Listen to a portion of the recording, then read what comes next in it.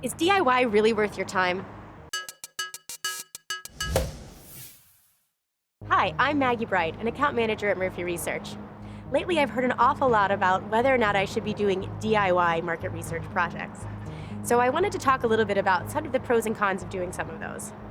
I come from the client side myself, so I absolutely understand the desire to do things yourself, especially in today's environment where we're asked to do things faster, cheaper, smarter, scrappier. It makes a lot of sense to bring some of that in-house. And plus, who knows your company and brand better than you do as an internal researcher? But does it always make sense to do things DIY? When I'm thinking about whether or not I should be bringing things in-house or not, there are really 5 key questions that I like to consider before making a final decision. The first question I consider, is this the best use of my resource?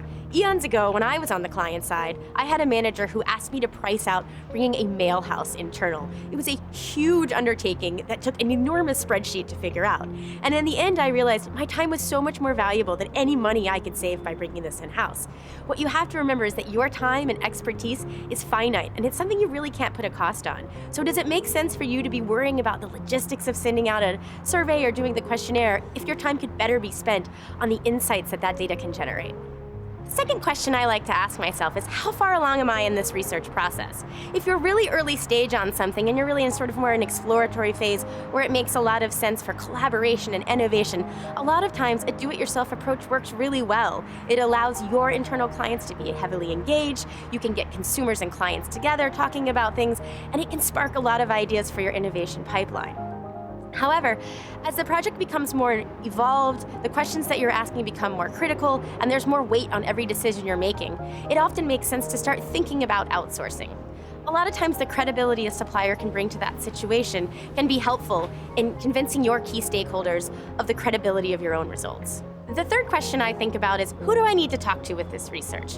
One of the things that we find is that not all sample sources are created equal, and we all know that there's a definite science in sampling. So sometimes you do need to bring in an expert who understands how to reach the target you want and the way to set up the sampling criteria so that you're getting a representative population. The fourth question I ask myself are, what tools or resources will I need to do this research? There are a lot of tools out there right now, so it makes it seem really easy to do it yourself. But here's the thing. You need to know how to use those tools to make them work well.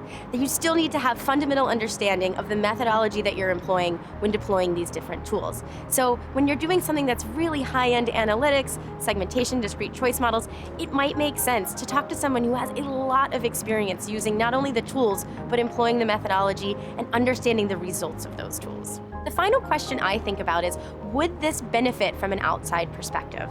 A lot of times on the client side, as we begin to develop projects and we sort of live and breathe them for months at a time, you really get deep into it. You sort of get lost in the weeds. And sometimes it's really helpful to have someone who hasn't been there the whole time come in and help you identify insights that you might be missing, spot opportunities, or even point out some red flags that could be a little bit harder for you to understand or to recognize because you've been so involved in the project.